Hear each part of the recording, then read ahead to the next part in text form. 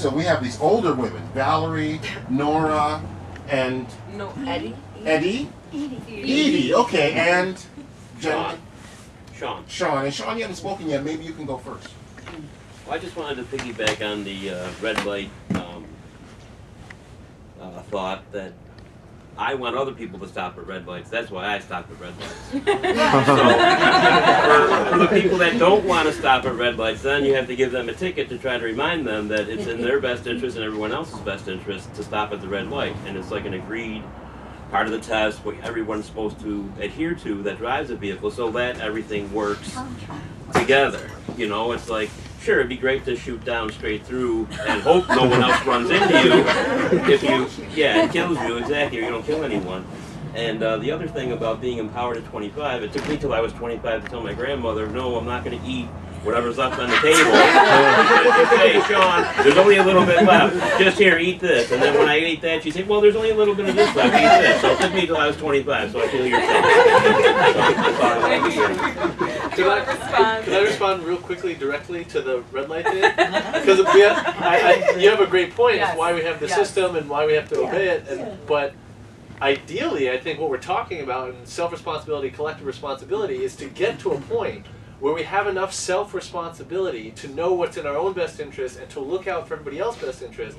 That if it's 3 o'clock in the morning and we don't see any lights or any humans around and we know it's okay to go through the red light. I've done it. and to know that, like, if it's the middle of the day and it's a blizzard out, you can't see that in everybody's best interest and collective responsibility. You're just going to wait at the red light because it's safer. And so I think that's what we're talking about, that leap between knowing what's in your own best interest but knowing when that transgresses on the collective interest. Well, and it's about changing the story. There have been a lot of stories passed through the generations from thousands of years ago that are embedded in our psyche. So it's about rewriting the story that supports the whole, you know, and that's what taking self-responsibility and saying, whoa, right now, enough is enough. I am releasing those old stories, and they're going to come up again and again, but I am writing a new story. I'm writing a new empowered story for the flourishing of life on a whole, you know, for the entire life system.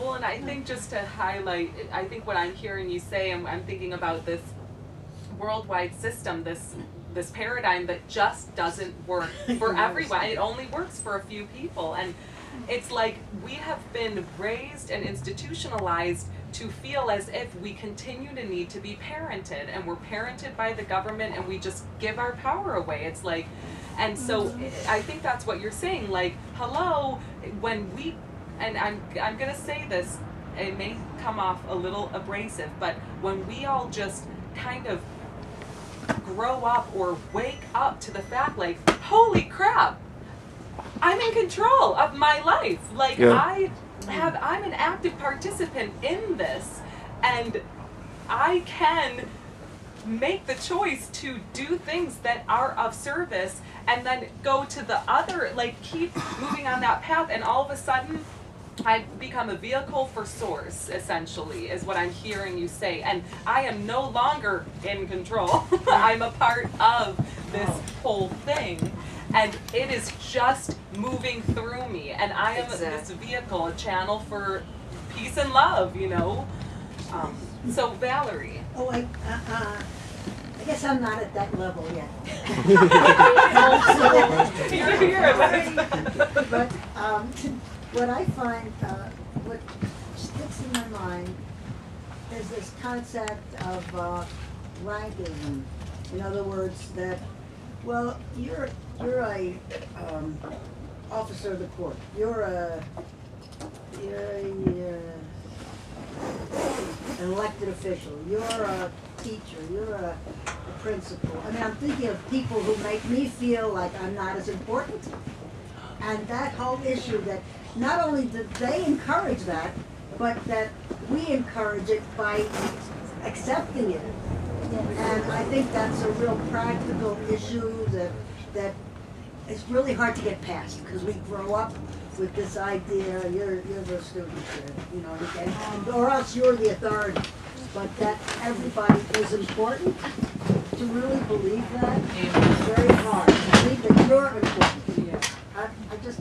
that the rank that somebody has does not make them more human. It doesn't make you less More human. powerful. Right, doesn't, whoever it is, you know, that's very hard to get over in our society, and it has to do with competition also. You know, I've got all these degrees, I'm more important. Or my mother says I'm more important. I don't know how people get to that point. There's certain personalities.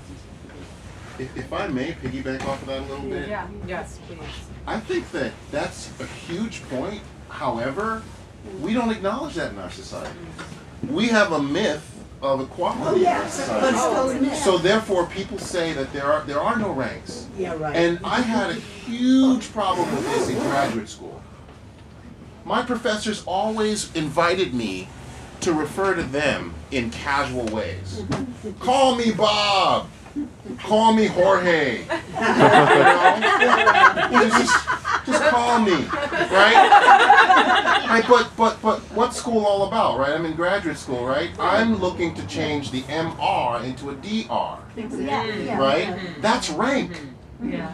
I learned at some point that the MR actually originally was an abbreviation of the word master, before it was an abbreviation of the word Mister. So Mister is what is it? A decay or a corruption of master, right? So you know, look at what happens with women. Women go from not having a title, from being a girl, to being Mrs., which is an adjunct to the Mister, right? And the Ms. is a new invention, right? But men go from being a boy, and you refer to them Mister, to a man, you refer to them Mister. So men get this automatic title. So there's this myth of equality in our society that doesn't get confronted. We set up inequalities and pretend as though they don't exist. So now we're in this very incredible time in history where it's the time for empowerment. You know, it's the time, because trust me, I have just in the last year and a half really started to know that I am worthy by being here in the form I am. That's it. That's all I have to do to have worth. I am worthy by being. Your worth is My worth is inherent in my beingness.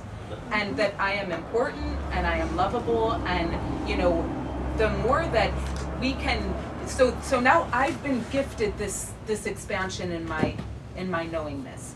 So then I can be radiant for you, so that you can be gifted this expansion in your radiant. And maybe some days you feel like you're not important.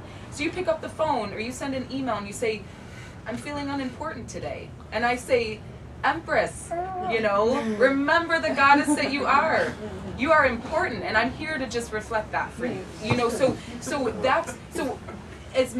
I get clarity, you get clarity, she gets clarity, he gets clarity, and then we're supporting the up-leveling of our group here. It and becomes a collective. And then I'm in the grocery store and I hear someone going off about something, and I take the time to say, hey, your needs are valid. Your needs are, you deserve to have what you need and desire. You know, so then we're reflecting it out in the outer world. And then, I mean, like, slowly but surely, until enough people where it's just like, boom, and the tipping point occurs, and it's like, and we experience something that is so way beyond our most amazing dreams that it's like, wow. You know, so it's that, for me, the self-responsibility is like, Laura, notice when those old stories are coming up and anchor into the new ones. And sometimes I may have to let the emotions clear because there's a lot of shit in there through the years that have built up. I just have to sit, I cry, like that's how I release. I'll sit, I'll breathe, it'll come up, some tears run, and then it just lifts. And then I go about my day, and then it might come up again, and I let it come up, know it's just a feeling, you know, and then I, you know, so that's that's one of my processes. I'm going to turn this absolutely and completely upside down, because I am Go for it. That's what we want. one of the reasons that I love coming here is that for a time in my life I studied philosophy. So when he talks about Plato, when he talks about Aristotle, when again we're talking a little bit about Kierkegaard today, this is music to my soul because that's not who I am or where I live.